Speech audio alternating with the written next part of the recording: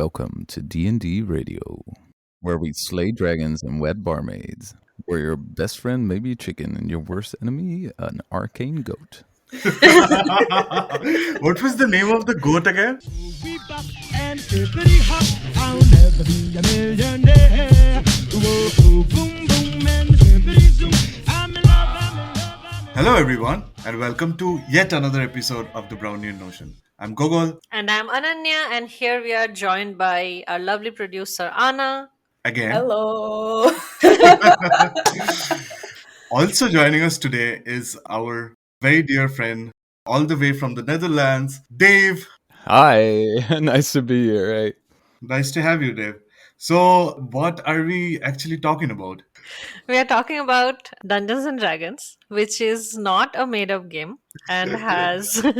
And I always thought it was because I didn't really have a lot of context here, and it has been mentioned in several movies and series like Big Bang Theory in ET, and I always thought it is something, and I just skimmed past it.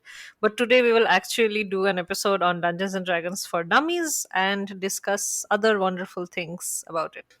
So, believe it or not, we have a in-house dungeon master in form of Dave in the episode today. So, Dave, maybe you could give us like a elevator pitch so that people can immediately get what it is about, like for people who do not know anything about Dungeons and Dragons. Yeah, of course. So Dungeons and Dragons, it's called a tabletop RPG. It's different than other RPGs because you play it at the tabletop.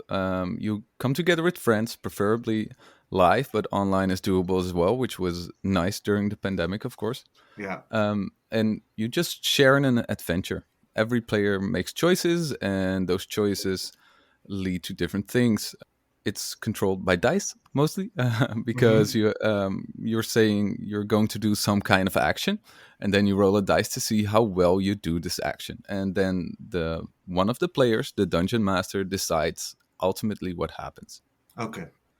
Yeah, this was a very nice introduction. I played for the first time last year, I think, with you, of course. Is it the same for you, Bana? Because I think you played before this, right? Didn't you play in my place once and Peter Yeah, was the Vienna, master? right? Yes. So that's the thing. I know about Dungeons and Dragons for actually some time. Yeah. But the thing about it is that sometimes a bit difficult to find the people to play with, right? Right, Because yeah. you need to find a master. That's actually one of the hardest parts. Thank you, Dave. Of course. And then you need to find people that will be willing to go in this adventure with you and that demands some time, some availability, right? Yeah. So actually, my partner, he used to play a lot when he was like in high school and stuff. And I was always telling him, oh, I want to play, I want to play, I want to play. So the first time was actually with him. He prepared just in the top of his head, a really small thing. We were playing maybe for 4 hours. This is Yeah. a small game. But that day was the first time you played. Yes, it was the Yes. first Okay, time I yeah, tried. Yes. Nice. And then later, I got to know that Dave was playing, I think, and that he was Yeah. being a master. And then I Because was he like, was also "Oh, there. please, can you?" Yes, he was there. Can you Yeah. please, can we please organize an online game? Because it Yeah. was Corona and we were all in different countries. So Yeah, that was super nice. As you said, you had certain expectations from knowing that Peter used to play during his school time. What were your expectations coming into it, and what feelings did you have like afterward? Did it match your expectations, or it exceeded it, or how was it for you? okay, so my expectations will be that we will be like all together playing something that didn't require a computer. Right. Yeah. I think I'm always trying to find ways to not be in front of a computer. And I really like the fantasy part of it. And I have to admit that after I actually played, it's actually better than I expected. Maybe because of the people I played with. Yeah. Yeah. It's the same for me because, as Ananya mentioned, I've always seen people play it in movies and in shows. It's also a huge part of Stranger Things, a show that I really like. And me being the nerd I am, I always wanted to play, but I didn't have enough people around me who were interested in playing. And thank you to, again, our magnificent dungeon master. Because at first you think, okay, maybe this will be boring. How can you just sit there for hours after hours and like just talk And about days, random, right? yeah, And it's and just days, talking, yeah. yeah.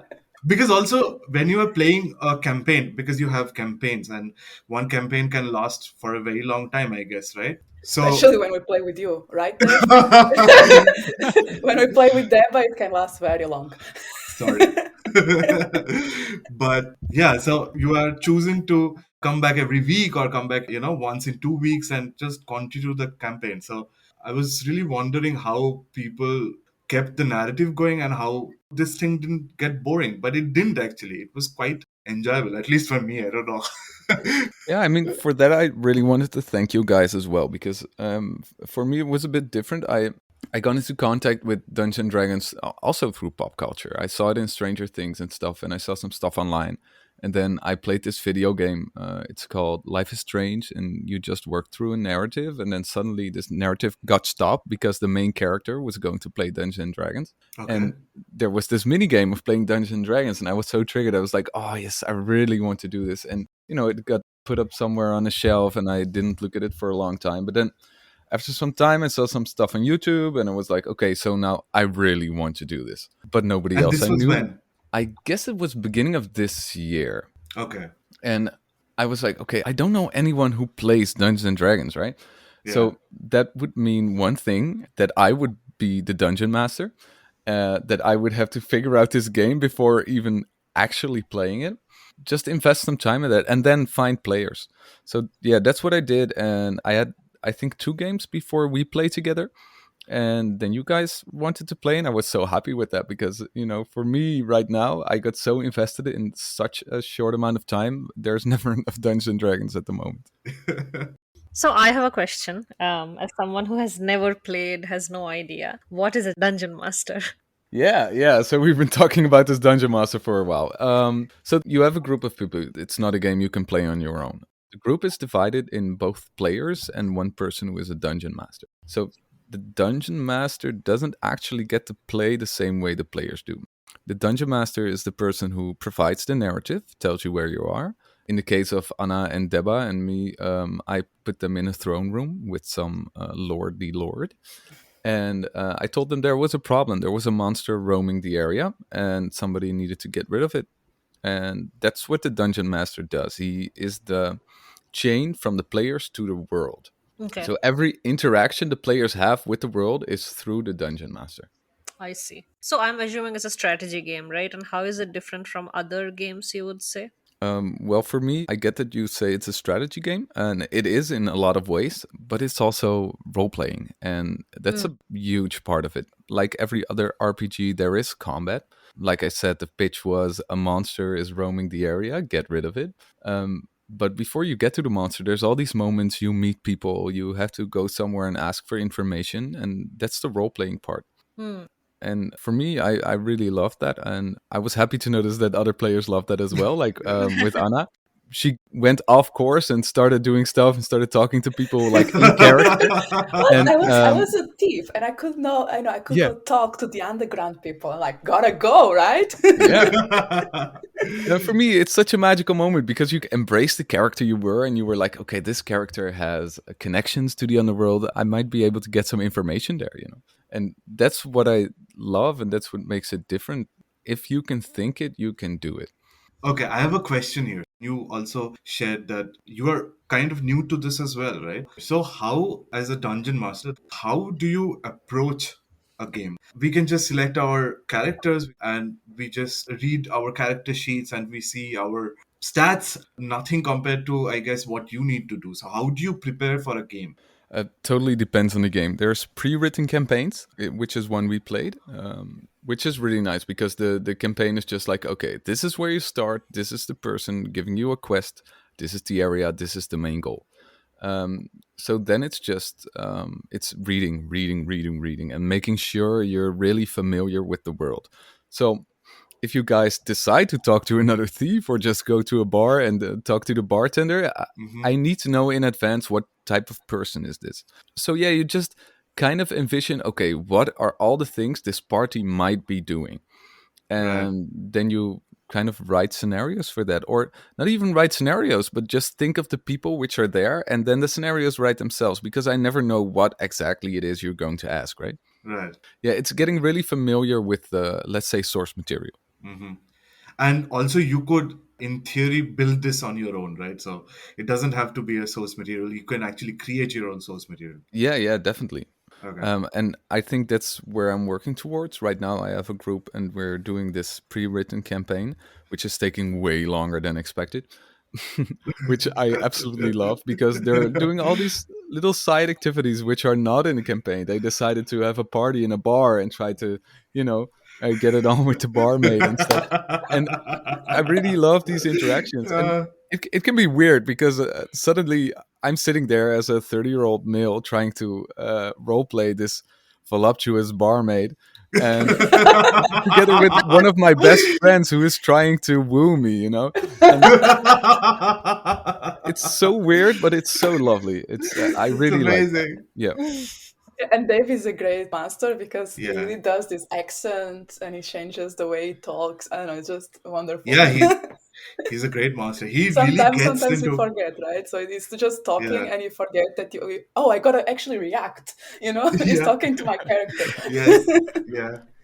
He's a and very good dungeon master. He's really into the part, and he gets really into all parts he does. It's really amazing. Yeah, That's so nice to hear. Thank you guys so much because that's one of the main reasons I wanted to play this game. I've always been a bit fascinated with acting and stuff. And yeah, yeah, this is just a really safe place to experiment with that. yeah. So, Ananya, do you have any idea how one of these games go? Not really, no. Yeah, I can understand. Yeah. So I think the thing a lot of people miss is that you're just sitting at a table and you're just talking to each other, and sometimes you roll some dice. And the way the game progresses is when one person asks somebody, okay, I'm going to ask the guy in the tavern if he has heard some news. Are there strange things happening? But I think that's also something that's really difficult to get into if you've never done it before. Yeah, and the thing is that as a player, you don't really see your progress. Yeah, So, at yes, least for me in the beginning, what's hard is like, so your master is explaining, oh, now you're walking in a forest, right? And now you see, I don't know, a cave. So, your vision is basically what your master tells you that you can see, right? yeah, And you really don't have a good sense, at least as beginners, of where in the game you are or how far you are from your goal. And you really gotta like ask, so do I see any interesting feature in the entrance of the cave, or yeah, is there a path out to north or to south? I don't know, you need to ask all of these things because you yeah. don't see anything. It's really just a couple of people, actually more than a couple, bunch of people sitting on a table talking. That's it.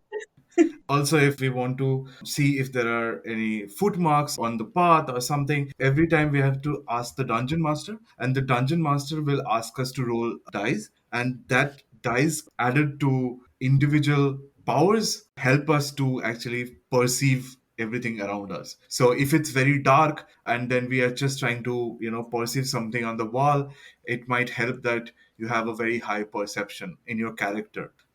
So it really depends on what character you're playing.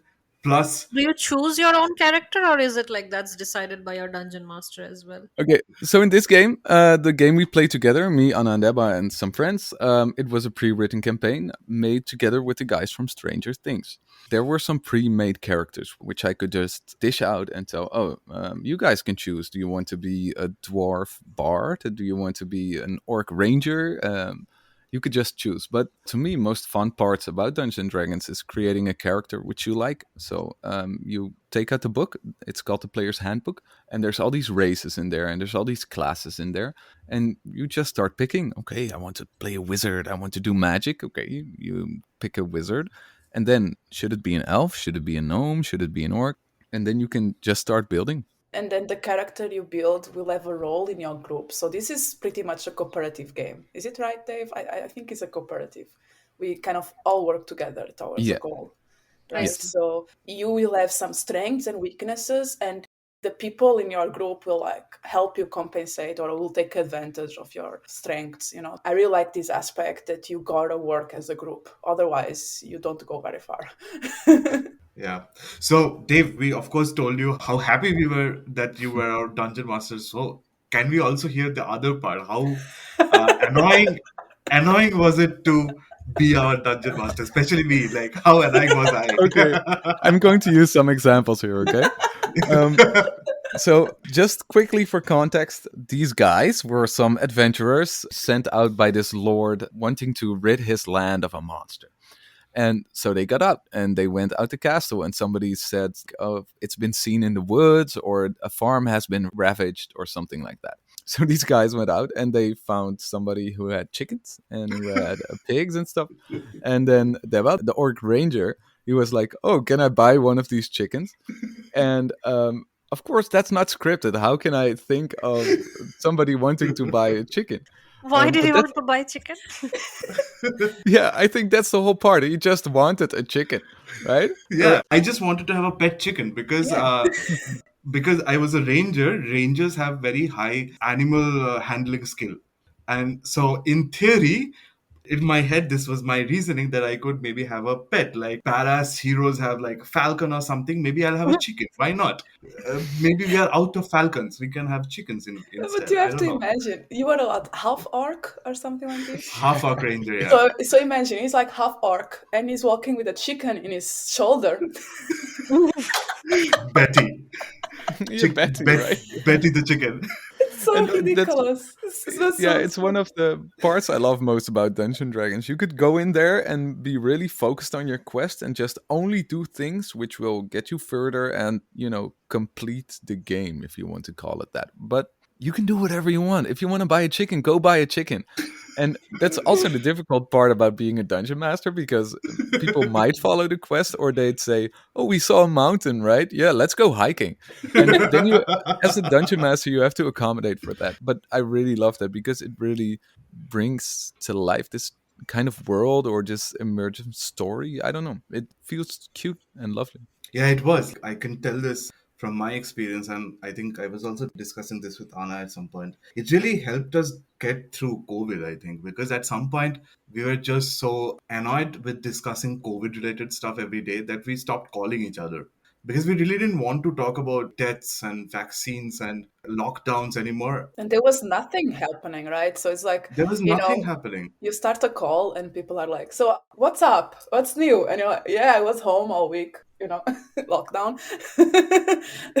So Yeah. yeah, it was nice to not have to think about how nothing was happening, but everything was happening at the same time. Very weird. Yeah, it was really nice to be around your friends but not talk about reality for a while because it was scary. You were even in India, right? So at some point, Yes, I was stuck in India actually, yeah. and things were very bad in India at that point, and I was quite scared to be honest. But yeah, just playing every week with my friends and just I don't know, buying chickens. I don't know why that gave me a lot of happiness, a lot of calmness in my life. It just sounds very easy, but it's a very difficult thing to do unless you're completely invested in it. I feel unless you're completely invested in your character, it's very difficult to follow this game. Of course, none of us are as invested as, say, Dave, for example, because he takes it to another level, and thankfully so. But you at least have to invest a little bit of your emotions in it. Otherwise, it's very difficult to play because your whole team is depending on you. Yeah, that was one of the difficulties for me as well. The first time I got to play, it was with another group, and I dropped them in a tavern. And then they went to speak to the innkeep, right? The guy who sells beers, and they wanted to ask him for a beer. And then I had to decide, okay, I wanted to do this Danny DeVito type accent for this guy. Yeah, And then I was like, okay, now I have to do it. I could do it like half half, and not right, fully committed, but it's never right. going to be what I want to get out of it. So I just went in there over the top and I did it. And now I keep doing it because I love it so much. But yeah, it takes some investment, emotional investment as well. Yes, yeah. Also, what I have noticed, and back me up here, Bana, if you also felt the same. At first, it was really difficult for me to get rid of all my inhibitions because, it just sounds a bit stupid in my head that why am I buying chickens? I mean, even without the chicken part, you are just like following this story which is made up, which of course you are role playing, you are suddenly this new character. It takes a lot of effort to get rid of your inhibitions, to forget of what else is happening in the world and focus on this fantastic journey that I'm taking with my friends. And in a way, that's also helpful because I feel in our current jobs, in our current lives, we forget that part of fantasy, that part of thinking out of the box, that part of magic that we lack Yeah. sometimes. Did you have a different experience, Bana? Oh yeah, definitely I have inhibitions. But for me it's kind of funny because my inhibitions is more like doing things that I, Anna, believe to be wrong, right? But Mm-hmm. then for Yeah. my character may make sense. And there Right. was some gore scenes in our Yeah. game. Yeah.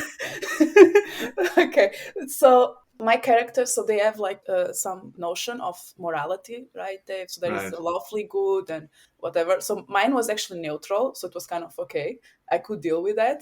But I believe that if my character was actually bad, morally, this tendency to do like bad things, I'm not sure if I could do it.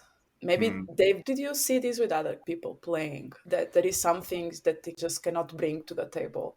Yeah, I think one of the most difficult things to do is really getting inside your character and, Yeah. like what you're saying, doing things which you as a person might not believe is the right choice at the moment, but this character would probably do this. So yeah, I've seen it in different players doing something which is stupid but makes sense from your character's point of view, stuff like that. And it's kind of difficult to do because you're essentially just shooting yourself in the foot, right? But I think that's part of the magic, doing stupid stuff because that's what would happen in this story. But yeah, it's difficult. And especially if the character you're talking about has a tendency towards the darker side. Yeah. So actually, I was thinking, do you think that such a game could help with like empathy between people? Because I'm playing this character that is not really me, but I'm kind of forced to be in his head. Not forced, I'm forcing myself, right? I could not play, of course.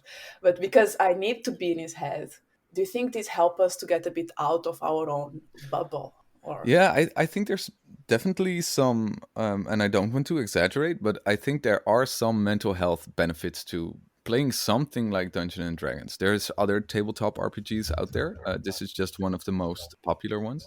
But let's say you are somebody who's scared to make decisions. You could play a real confident character because it doesn't matter. It's not real. And you could get inside this headspace and it could help you realize, okay, I'm pretty okay in making decisions. I've seen stories about people who are working towards gender identity who wanted to play a character from a different gender or play a non-binary character and just feel what that is like, how that is going to feel. And I think those things can actually be beneficial to us. And also, for our listeners, Dave is a primary school teacher, you are an educator. So, the role of fantasy, like I can attest from, of course, myself that I really liked fantasies, Harry Potter, Lord of the Rings, all of these things growing up. But I feel like that really helped me with my creativity. But at some point, I just lost it in a way because we are taught so much to approach problems in a way that we kind of forget that there are other options too. In Dungeons and Dragons, for example, we just have to work with whatever we have at the moment, and then that helps you to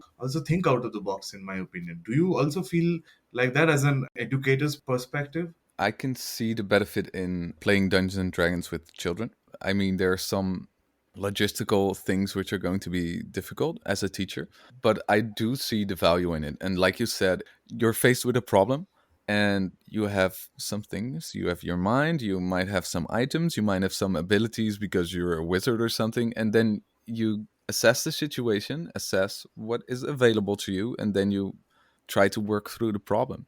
And I think it can help children in thinking outside of the box and or just taking a step back and assessing the situation again instead of something we're all prone to, just seeing a problem and trying to solve it right away.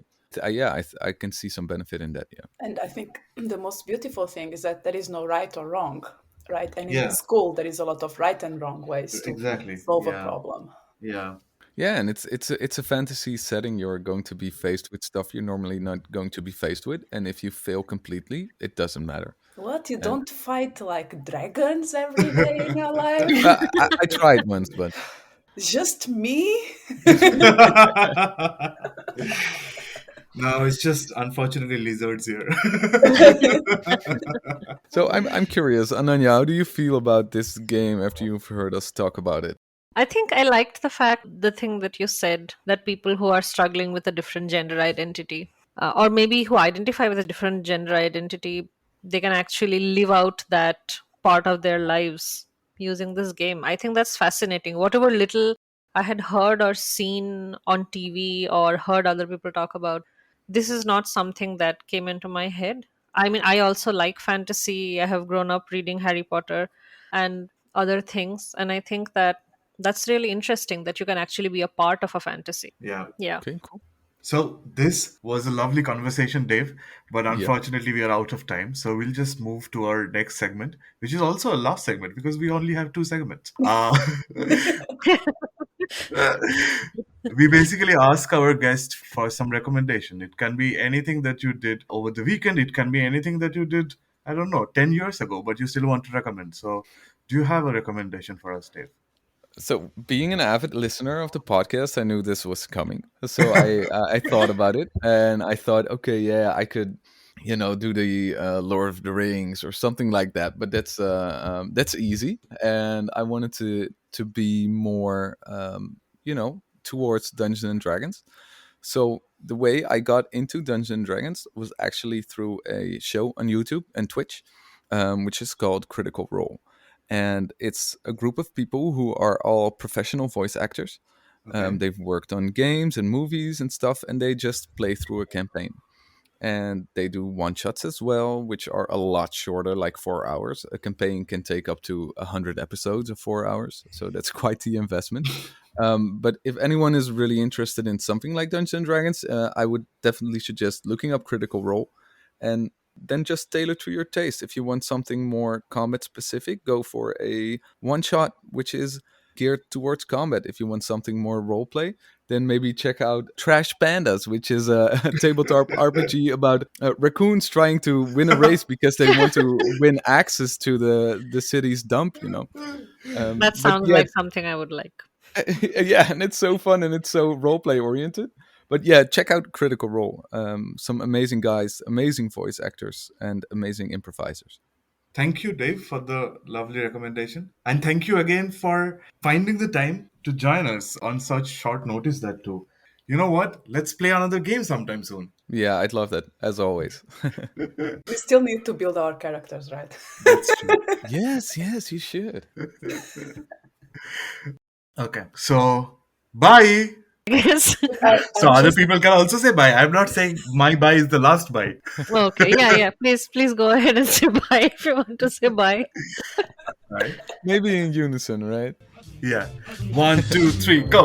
Bye. Bye. As happy as I can be. Whoa, boom, boom, and zippity zoom. Love is sweet, love is grand, works one. George, no. Billy, right? Billy, Billy. No, Billy. Billy? wasn't Billy No. the donkey? No, Billy was the donkey, yeah. What The was the donkey? goat? There was a donkey?